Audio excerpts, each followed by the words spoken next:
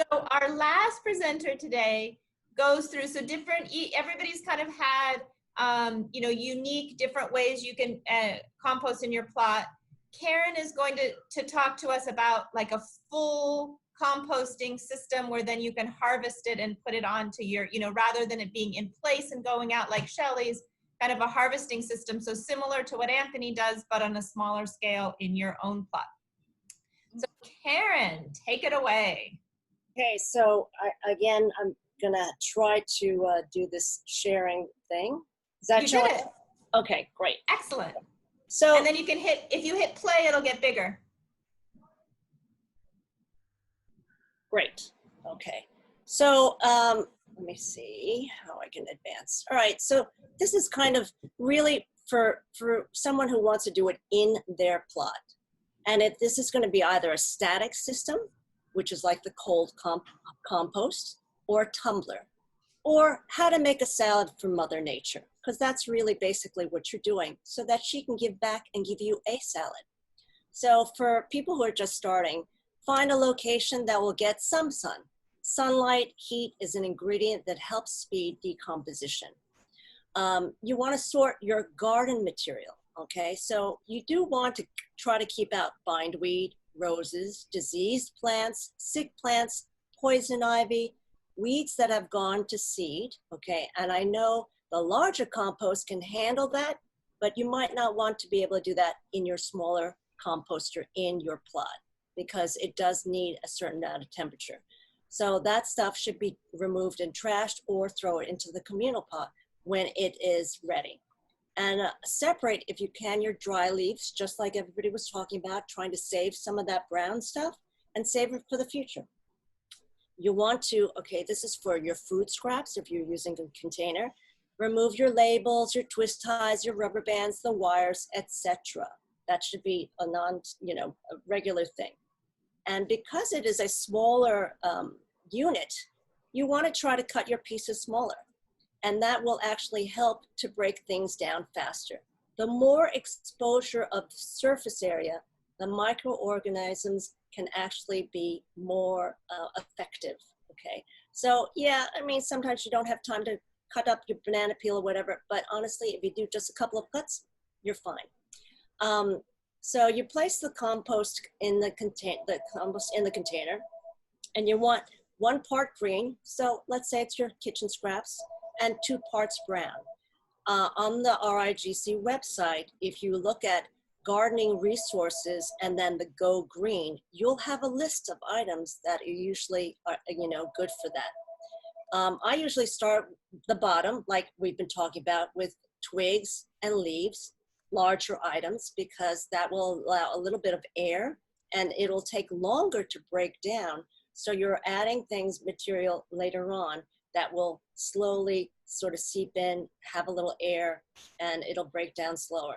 Layer, so the greens and the browns, and leave it alone for 2 or 3 days. It'll be fine. And after the initial loading, you can start begin adding new material with the same kind of process. 1 part green, 2 parts brown.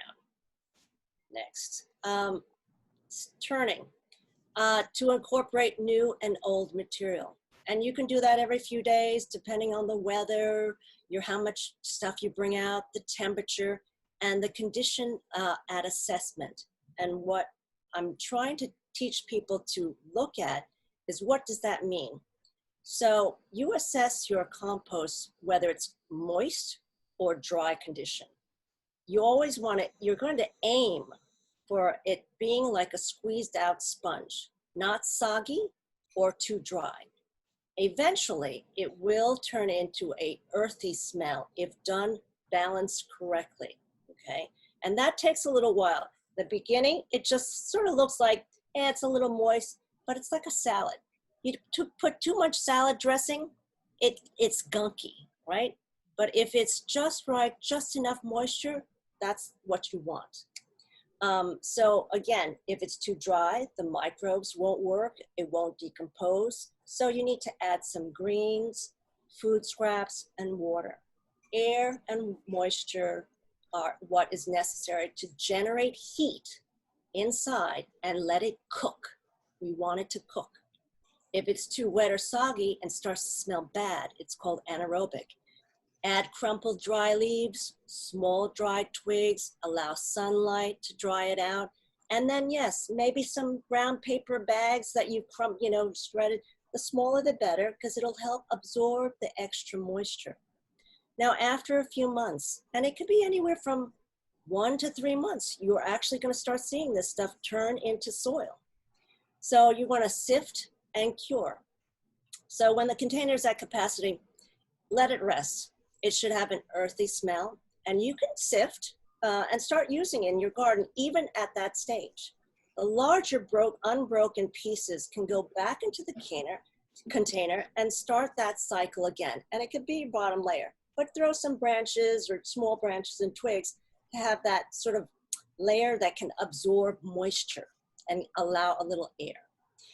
So, and you can use that, some of the processed compost that you've taken out and also add it to the new batch. And then any unused sifted compost, I would keep and allow to cure for a little bit later. So, if you have an extra pot, just set it aside, stick it in the corner, it'll be fine, So, and this is just a couple of notes. If you're using a compost container, it can get very warm. And I've seen in mine, it can get up to 130, 120, 130 degrees. And it can get hot. And that means it's cooking and breaking down. And you might even see steam come out. And it's very cool. Anthony, if you ever go in the back when he's doing this, let him poke a hole in there. You will see steam coming out. That is what we want. And like I said, ready to be approximately 1 to 3 months as an amendment to your soil. It is, recommended to cure for longer. And I have an extra box just for that. And because this is the other thing is sometimes if it's— Hi, honey. Hi, sweetheart. Please mute while you're not speaking. Thank you. So anyway, sometimes if it's not completely cured, right, it may be too hot for your young little plantings. So, but it's okay to sprinkle some of that around your beds because it'll still get into the soil, but it's not like if you've got a new planting, it may be too much for that plant. So composting in your plot really helps alleviate the amount that goes into our community bin system. We get a ton. So just please pitch in because every bit helps. So here's where you start. Static. That's where it's a cold compost. And it needs to be sometimes turned manually with a pitchfork, a shovel, or a compost turner. What you see on the right, it's like a big corkscrew. And what you do is you crank it into the hole and pull it, and it allows air to mix in with your compost. And you do that every so often. And Anthony can also show you how that works in the back, or I can show you because I've got one in my plot, and the garden has one, which I hope they will allow people to start using.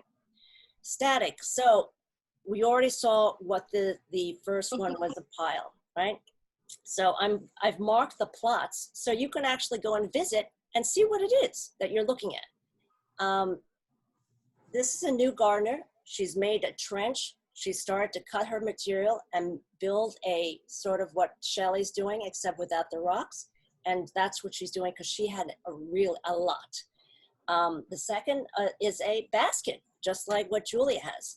And the same thing, start with a little brown on the bottom, add your stuff, slowly accumulate. You can water it every once in a while and then also turn it and you'll see that it'll change. Someone uses a laundry bin, okay, a hamper. That's their way of collecting. I'm sure it costs like maybe $10, This is the one, B11, that's mine. It's a trash can that I drilled a bunch of holes on the side, right? And also on the bottom. And this is a handle over here. And mine is about 7 years old. I may need to replace it because the squirrels still do try to go in there and try to steal food from me.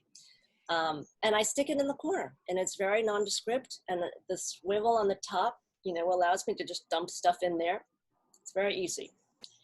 Then you've got the larger models, which is, this is a round one, this round one. And if you notice on the bottom, there's a little opening, which you can actually draw out and open to access the compost that's on the bottom when it's ready. Then you saw the metal one that Julia had, right? And then you have a square one, and it also has a similar thing on the bottom where there's an opening that you could open, and the top lid also opens so you could just dump stuff in, okay? Each of these do require a certain amount of turning, okay? They do not move, so you need to generate air into it and allow it to mix. Tumblers. These are mechanically designed for contents to be rolled or rotated, and that is mixing the ingredients, and it helps to mix it. It doesn't usually need a pitchfork or a compost turner, but it does need you to actually help it. So, and that's by rolling it or rotating or cranking whenever material is added. So we've got several kinds. This is a tumbler that is, there's a opening on the other side. You can't see it, but this is a 1 unit one, okay? And it's got a wheel. Can you see the arrow that I'm pointing at when I, my cursor, when it's, you can't see the cursor, okay. Anyway, for B17, you'll see that this is on a, like a pivot, and you turn it like that. This one has these, the opening slides, okay? And then you can turn it. This other one is a, oops, sorry. Uh-oh, I gotta go back. Sorry, oh, damn it. Let me see, no. Okay, is that, do you see that? Yes, yes. Okay, so this one is a, what they call a twin tumbler. There are 2 chambers. So let's say you finish filling up chamber 1 and you want to let it sit and cure and break down further, then you can start on the other one. Okay, so that's what this one is. And then you have the sort of what I call the barrel. And the C24 is a little smaller, and BO2 and DO4 are larger. And you see the lid, there's a little, like a hook that is where you open to put it in.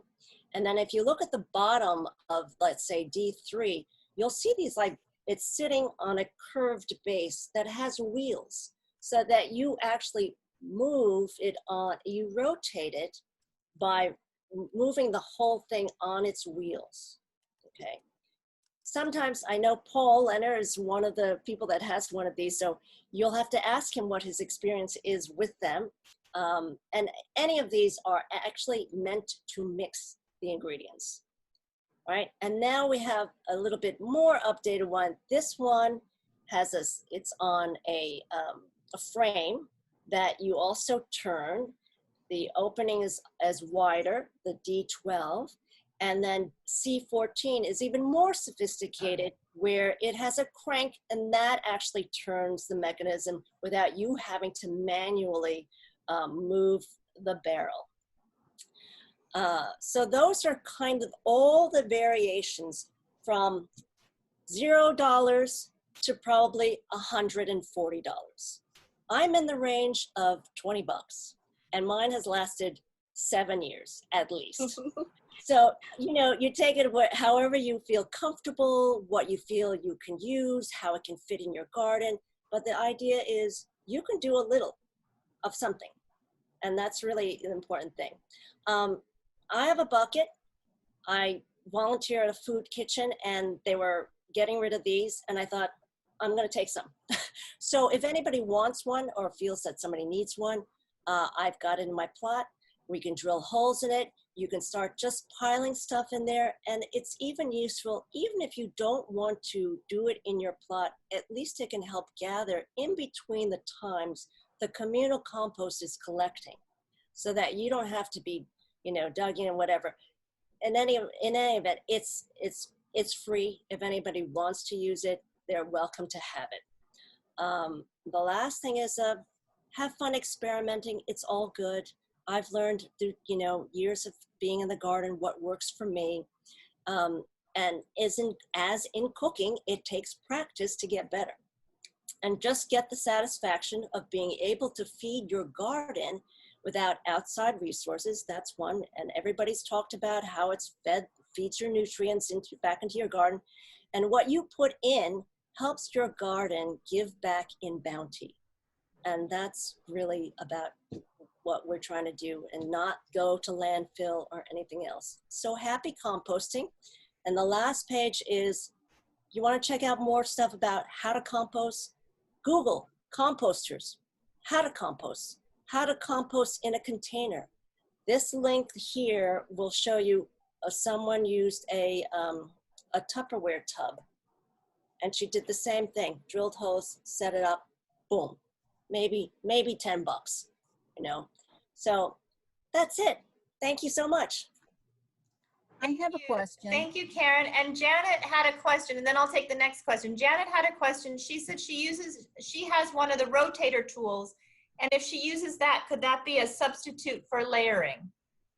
Yeah, I was just saying that, you know, when you talked about layering, like what I usually do is I go in and I have some scraps from home and I put those in, and the next day I might be like pruning things or whatever, and I put that in, but I don't like think about what was the last thing and everything, and then I rotate it, and I kind of feel like, I mean, I don't do any like formal thing about like the layering. So how important is it to like have that systematically? No, you don't have to do it systematic. The only reason sometimes you want to do that is, let's say it gets a little bit too wet. Okay, so first you try to mix your stuff with some browns to dry it out. But also sometimes you're dealing with smell. And what you might want to do is throw a bunch of soil on top and maybe some leaves to keep just that layer of smell down. And that will also help suppress that odor that might be generated from what you've put in. Okay. And also, squirrels are going to be like, they'll smell everything, but it might help to mask whatever scents might be coming from it. But you also, if you have a good balance of, if it's starting to smell a certain way, you need more browns, and you can let your plants dry out and they turn into browns. So, you can let them dry out, and then it's the dry leaves kind of to put in with the brown. Yeah. You've got the right ratio. And you've got air, it shouldn't smell.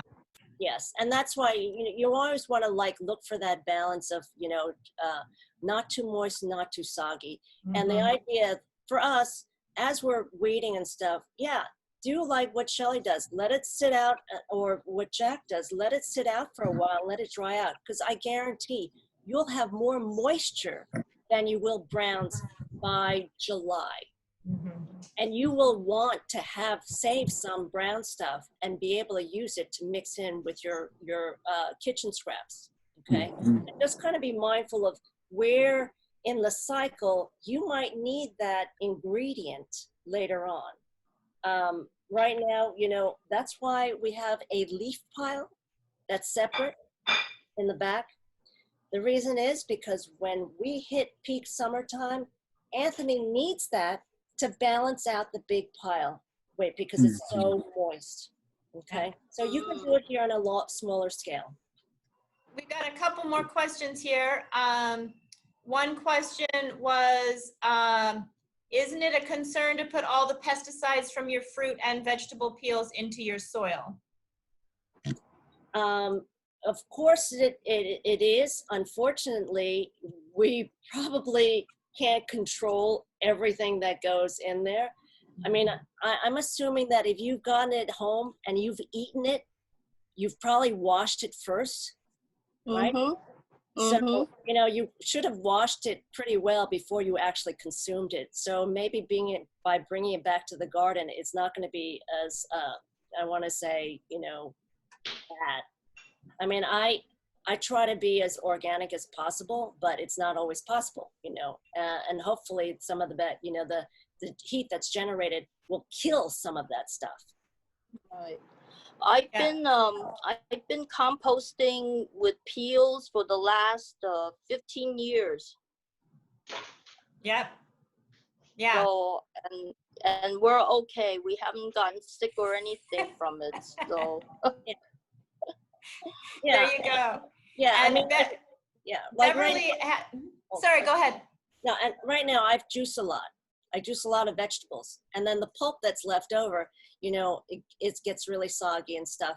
But I do kind of scrape and clean the vegetable before I juice, so I'm consuming that already, you know. That's right. Yeah. So Beverly had just a suggestion too. She says she does it the lazy way. She just throws her clippings on the floor of her wood chip path. So where she walks, and then as you walk around it, it all just goes into the ground, disappears. The worms are happy, everybody's happy. So kind of similar to what Jack was talking about. Yeah. And Shelley, this is a question for you. Ron asked, he said he likes the idea about trench composting, and he's wondering how you keep away the garden wildlife visitors, such as squirrels. Well, the thing, okay, when I'm doing the open trench part of it during the summer, right, I never put in any food scraps. It's only the stuff that I'm pruning from the garden. So there's lots of green stuff that needs to be pulled back. I have these Japanese anemones that put up leaves like there's no tomorrow. So today I went around pulling out a lot of those leaves. Some I brought home to put into a bouquet, but a lot, I couldn't bring all of them. So those things I threw into the trench, and the varmints don't want to eat those things. I also have another suggestion about keeping varmints away that I found was pretty effective in my garden. If you eat nuts with the shells on it, and you can bring the empty shells to your garden and sprinkle it around the areas where the squirrels like to come, right?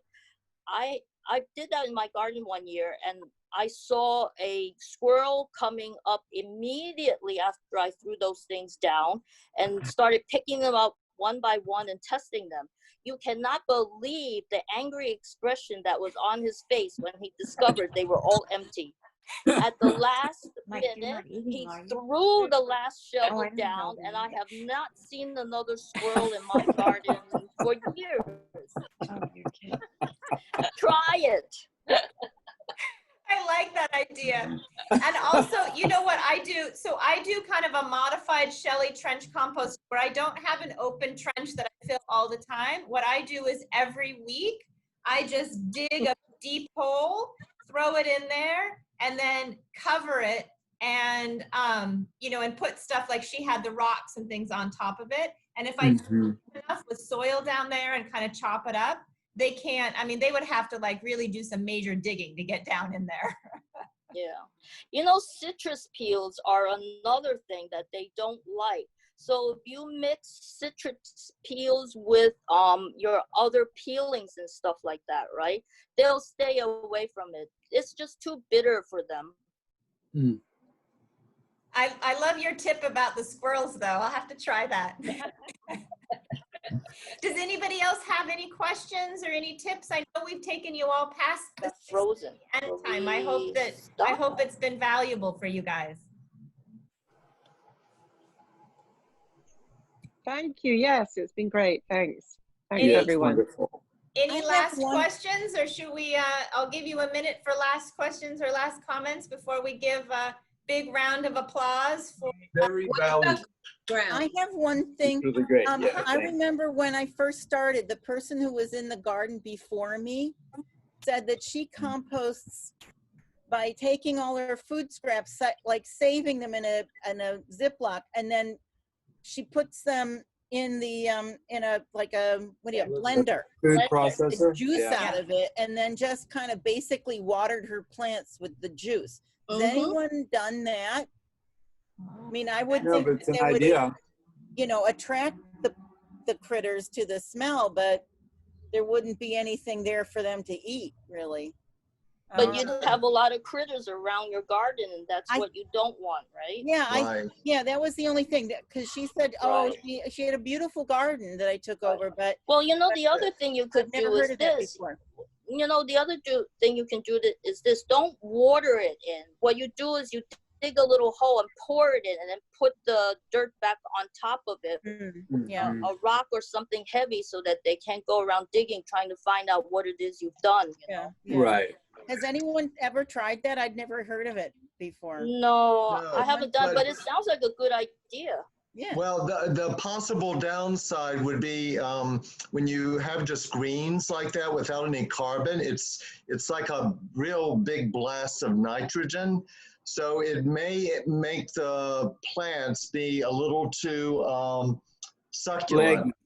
Yeah. Term. And then they attract insects, predators more when they're very succulent. They send out signals that insects actually detect, and then they come and attack the plant.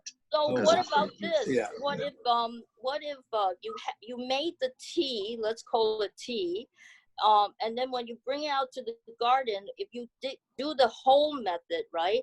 What if you just have some like leaves or something that you've saved, mix that in, and then throw the Yes. whole thing in? Mm-hmm. That would be better, right? Right. Or I could just put it in Think my so. compost bin and it's already broken down into tiny little like Yes. juice, Yes. basically. Yes. Yes. Right. Yes. Yeah, you'll That just need sounds to good add a lot too. of rounds. Right. Yeah. My mom does that. She has a vermiculture, you know, a layered where it's a separate bin for red worms, red wigglers, and gets the you know, the compost, the worm droppings. A little bit different than any of the systems we've talked about, and she blends everything up and puts that in there and mixes it with the browns. They need the bedding, the browns as well, so it makes you don't have to smell. But that's what she does, because then it's easier for the worms to eat. Mm. Oh, interesting. And George had a question, and he asked, what do you do with the kitchen scraps in the winter? Well, we used to have a composting program, right? But now Right. we don't.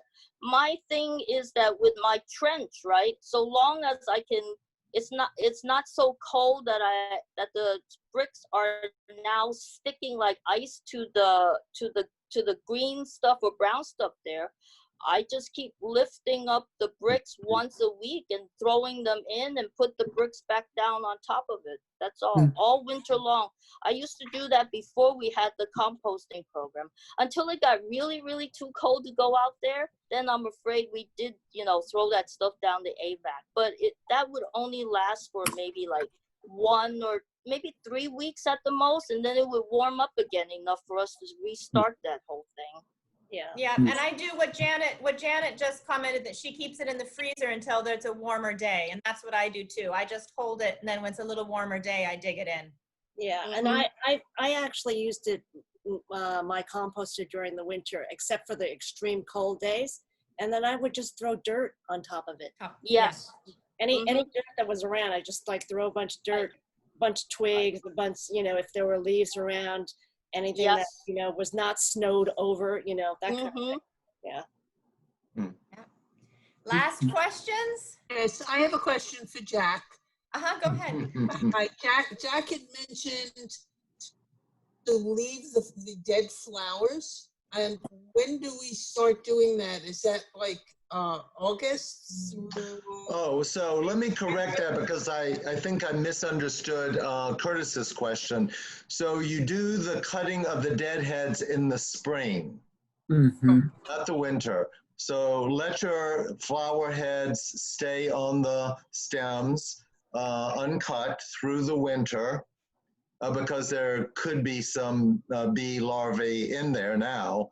And then you cut the stems at different lengths in the spring, and that starts the process of where a bee will come and lay her eggs in the stems. So basically what you're saying is to leave the dead flowers as they are dying, whether that's spring through summer, through the winter, all of that time. I think, Debbie, what he means is in the fall, leave the stems, like the stems on the hydrangea or the stems on the big echinacea plants. But it's okay, it's perfectly okay to like deadhead your daisies and stuff, because those native bees are not going to be using that. You know, sometimes The birds might eat them. What? The birds may eat the seeds, so it's good if you do leave the flower heads, because some birds will eat those seeds left on the dead flower head. Okay. Oh, okay. Good point. Yeah. I've seen them do All that right. with my gray coneflower, so yeah. Yeah, Right. feeding all of the critters. All the critters. So for anybody who is wanting to try any of those containers, I left the plot number on the photo so that you can go and visit and say, if this is something I would want, or, you know, I could experiment with, you know, Right. check. That's the reason I put those out there. So you can actually see it in 3-dimensional, you know, presence. Life Yeah, that was size. really helpful. Right. So that you guys can reach out to them. And so you all know, we're gonna convert this. Julia and I are gonna figure out how to take the video and put it up on the garden, share it on the garden club in some way. All of you guys, if you wanna go back to it as a resource, you can. And if other people who couldn't make it today want to see it, they can watch it as well. So if you guys will join me in a round of applause for our 4 presenters. I really appreciate sharing all of your insights. So it's really helpful. Thank you. Thank you guys. Thank you very much. Thank you, thank you. Thank you. Thank Great you group. all. Thank you. Bye. Bye. Okay, All right, bye. good night. And thank you, Aisha, for pulling this, and Julia for pulling this together.